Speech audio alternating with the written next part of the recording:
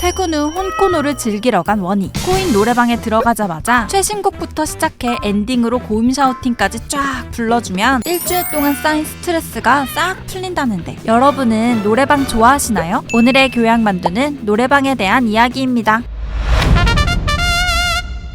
최초의 노래방은 일본에서 탄생했습니다. 고베 번화가의 한 술집에서 악기를 연주했던 이노우에. 그의 연주 실력은 뛰어나진 않았습니다. 하지만 손님의 가창력에 맞춰 키를 내리거나 박자를 조절하는 등 남다른 센스를 지니고 있었죠. 어느 날 이노우에는 한 손님으로부터 회사 야유회 때 출장 연주를 해달라는 부탁을 받게 됩니다. 하지만 스케줄을 맞추기 어려웠던 이노우에는 자신의 연주를 녹음한 테이프를 손님에게 건넸는데요. 이 센스 있는 선물은 금세 입소문을 탔고 인기를 얻게 됐죠. 여기서 아이디어를 얻은 이노우에는 곧 가라오케를 발명하게 됩니다. 텅 빈이라는 뜻을 지닌 일본어 가라와 고대 그리스어로 무대 앞 합창석을 뜻하는 오케스트라를 합쳐 합창석이 비었다 라는 의미의 신조어 가라오케가 탄생한 거죠. 최초의 노래방 창시자라니, 이 기발한 아이디어로 이노우에는 부자가 됐을 법도 한데, 아쉽게도 그는 당시 특허를 내지 않았고 갑부가 될 기회를 놓쳐버렸습니다. 만약 이노우에가 가라오케로 특허를 냈다면 1억 5천만 달러 정도를 벌었을 거라고 전문가들은 추정하죠. 그는 한 매체와의 인터뷰에서 특허를 내겠다는 생각은 못했었다. 하지만 후회는 하지 않는다며 낯을 가리고 수줍어하는 일본인들이 가라오케에 맞춰 행복하게 노래하는 모습을 보는 것만으로도 즐겁다 라는 멘트를 날렸다고 합니다.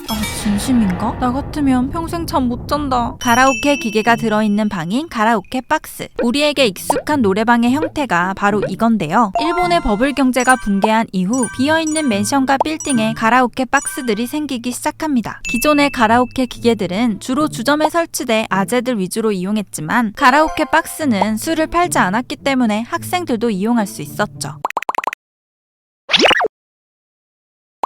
그럼 이제 한국 노래방 얘기를 해볼까요? 지금 우리에게 익숙한 노래방이라는 공간은 1991년 부산의 한 오락실에서 시작됐습니다. 노래 한 곡 부르는데 300원. 지금이랑 비슷한 금액인가 싶지만, 당시 물가를 생각해보면 한 곡에 300원은 상당히 큰 금액이었습니다. 좀 비싸긴 했지만 신기한 기계가 들어왔다며 오픈런은 물론 줄 서서 대기를 타는 등 인기를 끌었죠. 그러다 1991년 5월 광안리 해수욕장 근처에 노래 연습장이라는 간판을 단 국내 최초의 노래방이 오픈했습니다. 부산에 이어 근처 마산, 창원에도 노래방이 생겼고요. 이 열풍이 서울까지 퍼지는 데는 2년이 채 걸리지 않았습니다. 그리고 1993년, 원래는 어른 한정으로만 놀던 이 노래방이 청소년에게도 개방되면서 노래방 수가 폭발적으로 늘어났죠. 당시엔 게임에서 튀어나온 것 같은 세기말 스타일의 노래방이 인기였다고. 재밌는 건 한국에서만 노래방이라는 한국식 명칭을 새로 만들었다는 건데요. 대부분 외국에서는 일본어 원문 그대로 가라오케라는 단어를 쓰기 때문에 싱잉룸이라고 말하면 못 알아듣습니다. 90년대 초반까지만 해도 외국에서 온 건 안 좋은 거라는 사회적 분위기가 있었는데요. 그 중에서도 가라오케는 외색적이고 불건전하고 퇴폐적인 유흥문화라는 인식이 강했습니다. 그러다 보니 당시 가라오케 기기를 판매하던 업체들이 단어를 순화해서 노래방이라는 용어를 사용하기 시작한 거죠. 아무튼 노래방이 전국적으로 흥하게 되면서 당시 이 차는 무조건 노래방으로 고고! 심지어는 법당에 노래방이 설치되기도 했습니다. 그런데 이후 PC방과 DVD방, 비디오방 등의 영향으로 땡땡 방이 붙은 업소에 부정적인 인식이 생겨나기 시작했죠. 정부에서는 방이 붙은 업종에 대해 대대적으로 변경 작업을 실시했고, 2001년 11월 노래방의 정식 명칭은 노래 연습장이 됐습니다.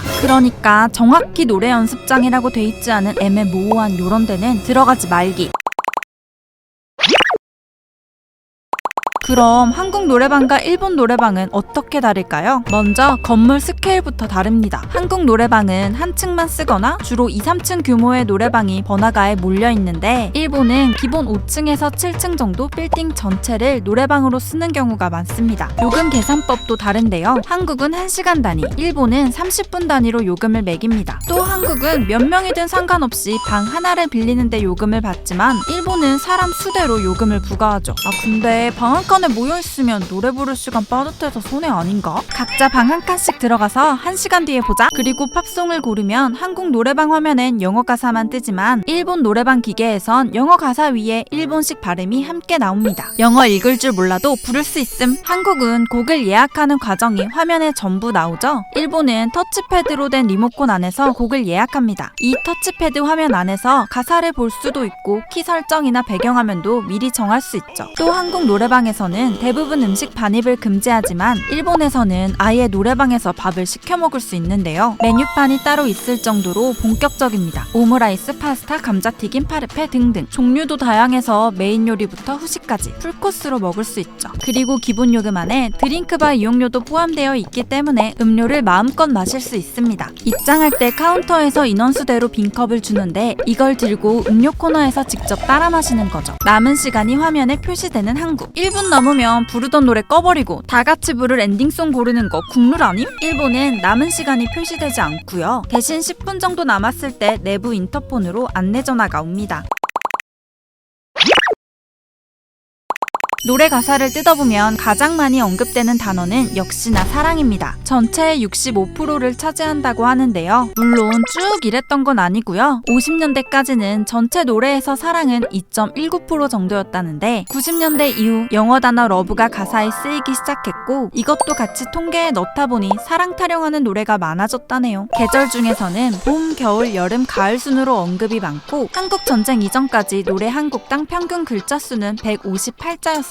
현재는 486자나 된다고 합니다. 노래 속도가 과거보다 빨라졌고 랩이 등장했기 때문이죠. 노래 부를 때 기계 화면에는 보통 뮤직비디오나 무대 영상이 나오는데요. 간혹 보면 자연의 신비, 바닷속 생물들이 나올 때가 있습니다. 특히 옛날 곡들. 이건 반주기 회사의 직원들이 직접 고른 건데 초상권 문제없는 무난한 영상 위주로 넣었다고 하네요. 국내 노래방 기기 업체는 90년대 초반엔 50여 개에 달했지만 치열한 경쟁 끝에 살아남은 기업은 TJ와 금영입니다. 수도권에서는 TJ, 경상도 쪽에서는 금영이 대세였다고 하는데 코노가 인기를 끌고부턴 TJ가 거의 시장을 장악했다고 하죠. 오락실 동전 노래방의 큰 단점이었던 잡음, 하울링 문제를 개선했고 최신 음악과 뮤직비디오, 그리고 J-POP 등이 타사 기기에 비해 월등히 많이 들어있습니다. 마지막으로 노래방 꿀팁! 가사 자막의 색이 바뀌는 타이밍에 음성 신호가 알맞게 잘 들어오는지 체크한다고 하니 참고하세요. 그리고 마이크는 정면으로 소리를 받아들이기 때문에 대각선이나 세로형으로 드는 것보단 입과 마주보는 방향으로 드는 게 더 유리합니다. 생각난 김에 오늘 영상 올리고 한 곡 땡기러 가봐야겠어요. 감사합니다. 교양만두였습니다.